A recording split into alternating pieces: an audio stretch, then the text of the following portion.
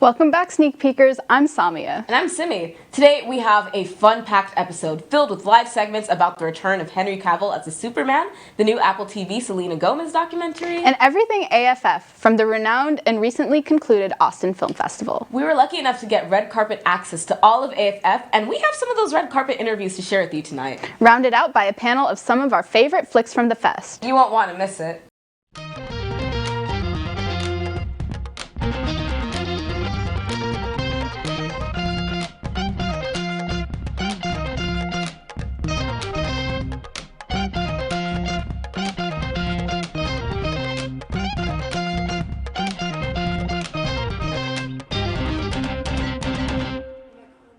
Well, it's been a while since our last episode, and a lot has happened since then. Most notably is the fact that Jimmy Kimmel will once again be hosting the Oscars at the 2023 Academy Awards. This will be Kimmel's third time as host of the esteemed award show, and the first time the Oscars had a single set host in 5 years.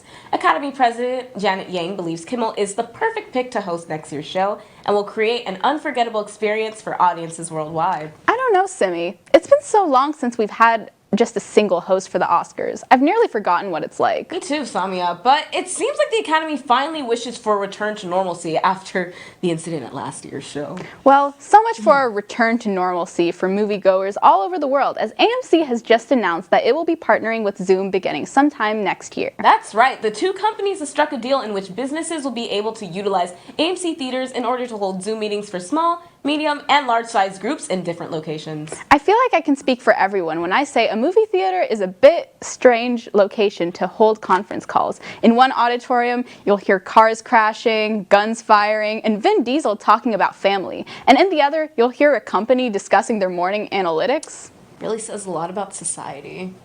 Speaking of strange news, another casting has been announced for Disney Plus's Percy Jackson series, and it's an interesting one. Oh, I know exactly what you're talking about. Over the weekend, it was announced that Latino actor and composer Lin-Manuel Miranda will play none other than Hermes, the messenger god, or some even call the god of thieves, in the widely anticipated series. There's multiple reasons why Miranda is an intriguing choice for Hermes, to say the least, but I think another casting from the weekend outshines Miranda's Hermes, as Sony has announced that Daniel Kaluuya will voice Hobart Brown, aka Spider-Punk, a punk rock version of Spider-Man from another dimension in 2023's Spider-Man Across the Spider-Verse. I am loving every bit of information we get about that movie, and I absolutely cannot wait for Miles' return next year. Me neither.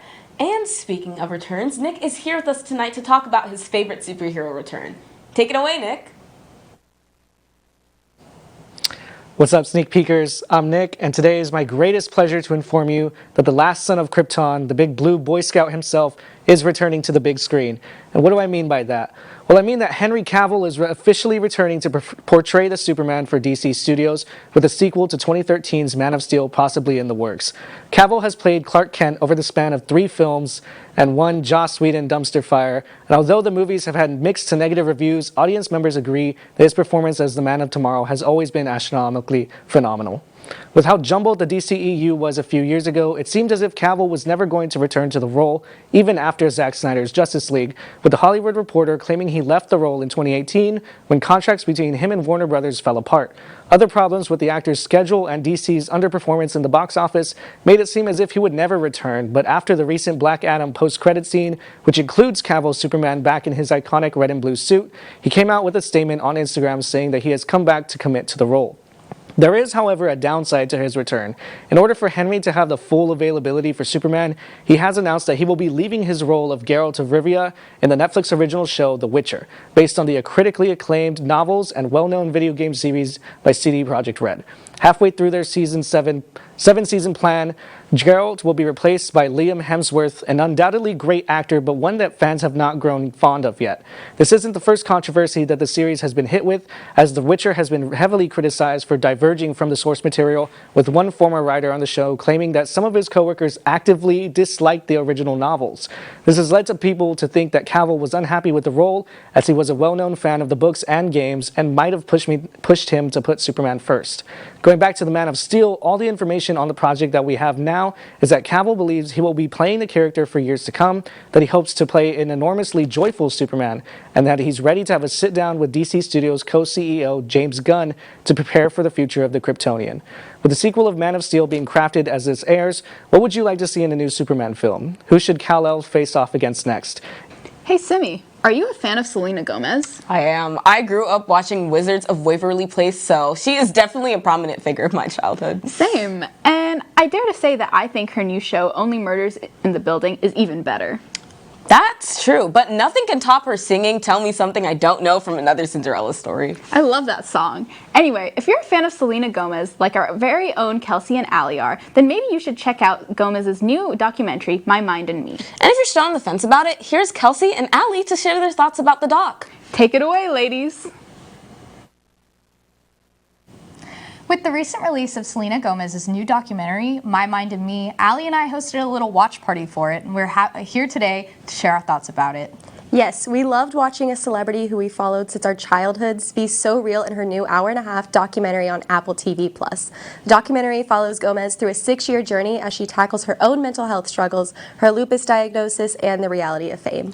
That's right. This documentary is one of the realest documentaries I have seen in a long time. It shows an in-depth scope on celebrities' life and how it can be really hard sometimes, especially on childhood stars. I really enjoyed seeing the topic of mental health come up so much, and Gomez talking about wanting to take a proactive approach to combating mental health, starting at a young age in schools by wanting to implement mental health classes in elementary through high schools. Yes, I totally agree that what Gomez is doing with her documentary is unlike any celebrity documentary I've ever seen before. From the beginning, the tone was so clear that this was going to peel back the illusions that stars have it all. Gomez goes in depth on her battles with anxiety and never feeling like she deserves to be in this industry. She also talks about how the media spins her narrative to be whatever they want her to be. She also sheds a lot of light on the mental health community and gives a voice to fans that she's met over the years, as well as the We organization in Kenya. This documentary also covers the recent topic of COVID-19 pandemic and having to spend a lot of time alone throughout the lockdown. Gomez met with a mental health professional and shined a light on the loneliness during the pandemic, which in my opinion never got talked about enough. During this point in time is when mental health had its chance to get the best of people, but Gomez's interview helps people see how they can find the light at the end of a dark tunnel. In recent years, Gomez has been working with the president to try to implement a mental health course curriculum in elementary through high schools, and she set the goal to raise $100 million towards mental health education through her makeup brand Rare Beauty.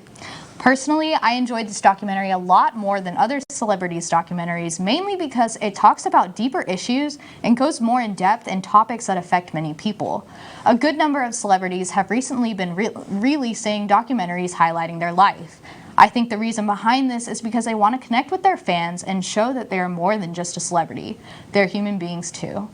This documentary does an incredible job of showing Gomez as a human being and as someone who truly wants to make an impact on the world and already has done so, as Allie mentioned. I loved this documentary, and I think it was such a needed commentary on the world we live in today. In my opinion, Selena Gomez is one of the strongest advocates for mental health awareness in the media, and I am so glad she shared her story with the world. Kelsey and I both were so excited to see this documentary, but I don't think we were prepared for how real it would be, which was a refreshing experience when it comes to celebrity documentaries. If you're interested in seeing this documentary, which I highly recommend, Gomez is partnering with Apple TV Plus and is offering a 2-month free trial to her fans. When you get a chance to watch the documentary, be sure to tweet your thoughts at Sneak Peek TV. That's all from us, and now back to the hosts. Thanks, guys. Now what everyone's been waiting for, Austin Film Festival. It was honestly such a pleasure to have press for this amazing film festival, and we can't wait to share it all with you guys. To start us off, here is at the Paramount Theater for a red carpet interview for the new film, The Inspection. Let's hear it.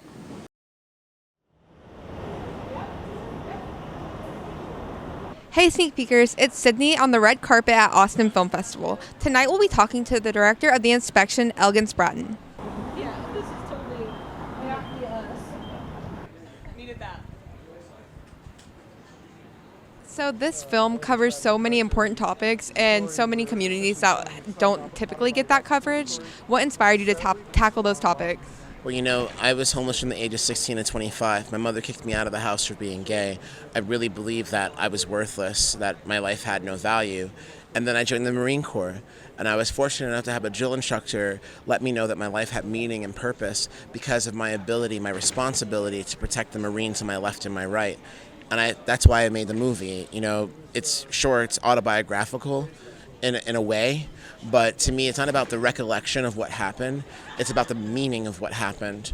And the meaning of it was for me to learn that, you know, it doesn't matter whether or not you disagree with someone politically or you have a difference in your race or your gender or whatever. What matters is that none of us on this planet could live if it wasn't for each and every other person on this planet. We must protect the person to our left and our right, and that's why I made this movie. And so you wrote this based primarily on your own experiences. What was the most challenging part about writing a narrative based on almost yourself? The hardest part about telling this story was the kind of constant vulnerability of it, because I'm reliving memories that are quite like traumatic for me, and having to literally work through that. Like, you know, directing a film, you only have so many hours of sunlight, and then if you shoot beyond the sunlight, it becomes very expensive. So, you know, having to maintain that focus on the work while also going through the emotional things that I was going through was tough. Do you have anything to say to people who have experienced similar things or part of that community, of the LGBTQ plus community? Do you have any message that you want to share with them? I would love to. I mean, this film is really about a young man who's willing to do anything to win back the love of his mother, even go to a hostile place like the Marine Corps and ultimately learns how to love themselves and respect themselves. So that's my message to people, you know, love yourself, respect yourself. You are enough, you're important because you have the ability to protect someone. So take that as a message to lift. You have the power within yourself to do whatever you want. That's the message. And finally, do you have any moments that you really cherished in the creation of this film that you'll always remember? Yeah, I think the best part of this movie was the camaraderie I formed with the cast and crew, because we had 23 days to shoot the movie initially, but we had a COVID shutdown, so we only shot the movie in 19 days. And it was in the hot summer of Mississippi, like 108-degree days and stuff like that. So just like that family that I formed on set, I just love making new friends and family, and I made literally 300 new friends and family through this film, so it was awesome. I lived in Mississippi, so I know the humidity is no joke. Biblical. It was biblically hot. I found myself quoting scriptures all day long, to get through it, but we got through it.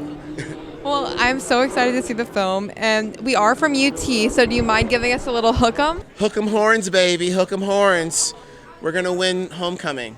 All right. And we're back. To round out tonight's episode, we'll throw it to Hunter for his interview on the Sam and Kate red carpet.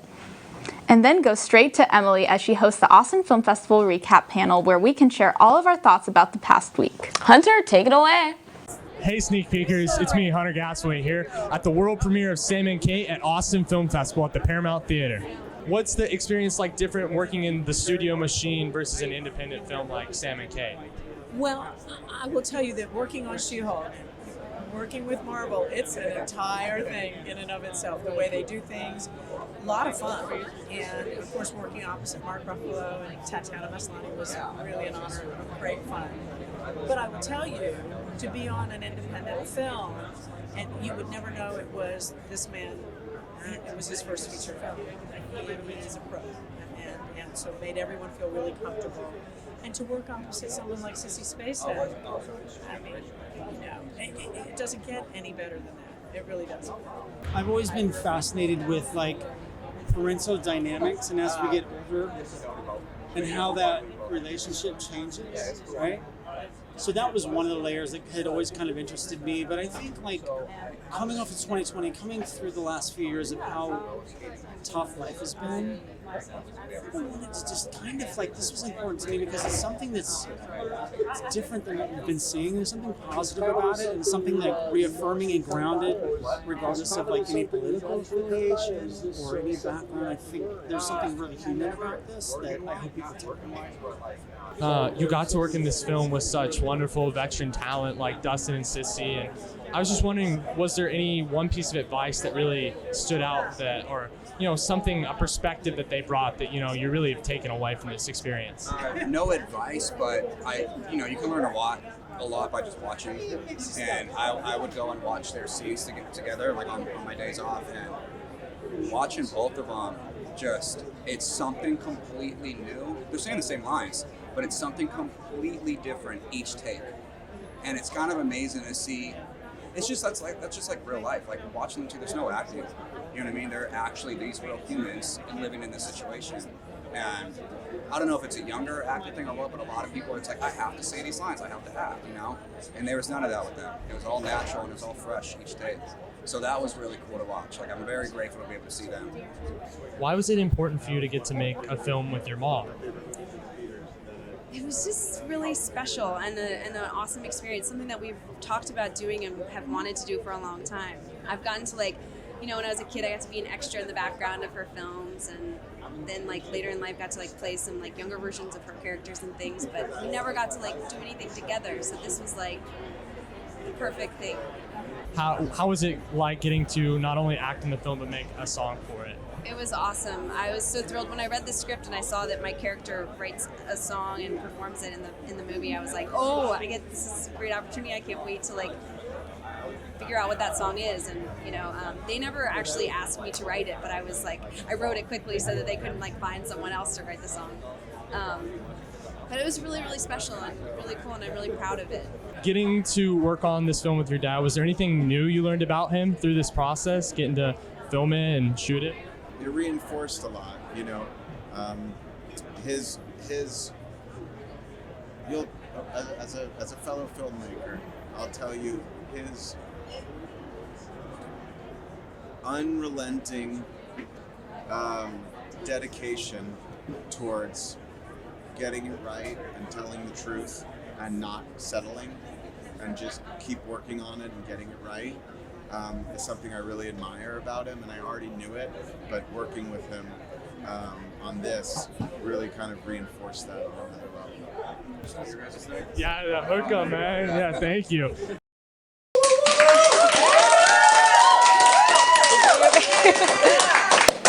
Hi guys, I'm Emily, and we're here to talk about even more AFF stuff. I'm joined with my resident experts. If you guys want to introduce yourself and maybe say how many films you saw this week. Hey guys, I am Robbie, and at AFF this year I saw a total of 7 movies. Hey, my name's Hunter, and at AFF this year I got to see 11 films.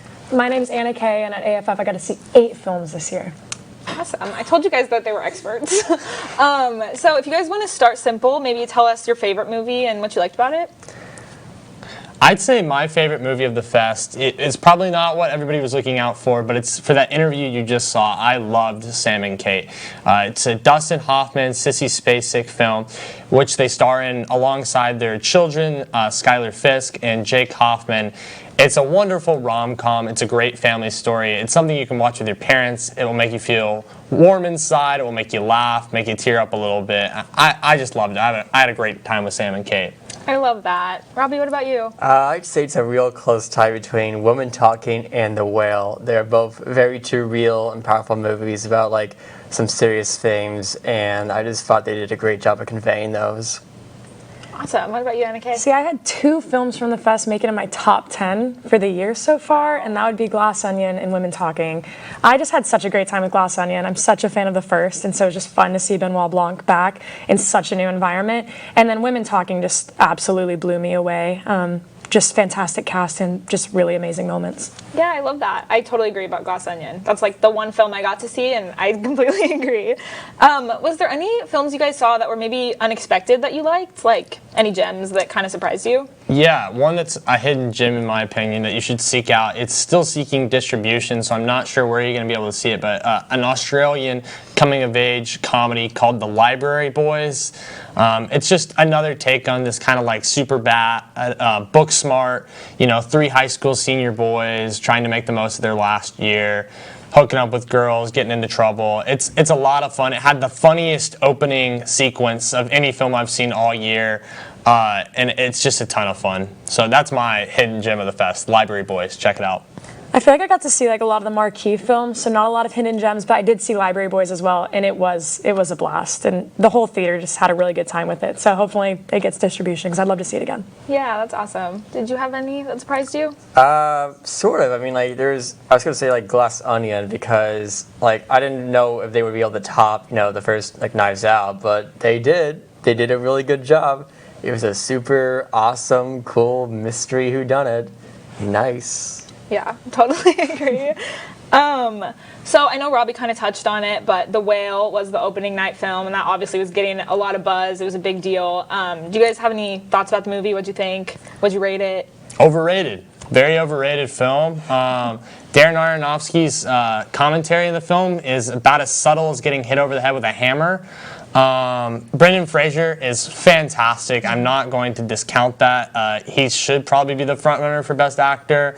But I think the filmmaking is just adequate, and I think the script is quite poor. I think it's really just not well handled at all, and they're just not subtle in the slightest. I feel like I'm such a middle ground with The Whale, where like I enjoyed it and I'm really glad that I got to see it. I don't know if I'll ever sit down and watch it again. It's a little draining to watch because of how sad it is in that nature. I do believe that all the hype for Brendan Fraser is like completely deserved. That performance is just spectacular, and I'm a huge Stranger Things fan, so seeing Sadie Sink in another role was just so impressive, and I really love her work always. So overall, I felt good about it. Wouldn't really watch it again.